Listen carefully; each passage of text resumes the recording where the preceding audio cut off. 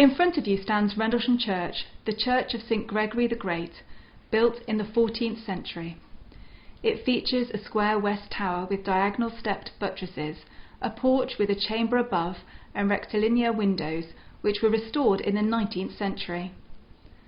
The church has a rare dedication which refers to Pope Gregory, the Pope who sent St Augustine to England in AD 597 to spread the word of Christianity.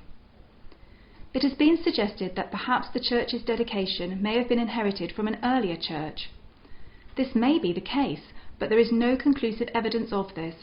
However, we do know from the Venerable Bede, a monk writing in the 8th century, that King Swithelm of the East Saxons was baptized at Rendlesham sometime between AD 655 and 663, under the sponsorship of Ethelwold, the king of the East Angles. So perhaps there was an early church that was later rebuilt, although it is just as likely that Swithelm was baptized in the River Deben or even at an open-air altar.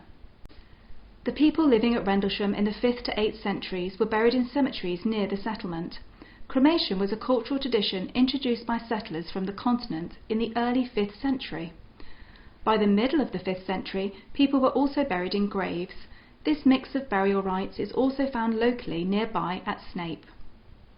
The royal residence at Rendlesham was active for 150 years from the later 6th century onwards as a regional royal centre of the Kingdom of East Anglia. However, no royal burials have been found at Rendlesham. There are known royal burial sites nearby. There is the well-known princely burial ground at Sutton Hoo, 6 kilometres downstream from here, as well as a similar elite or royal burial known from Snape and Carlton Colville.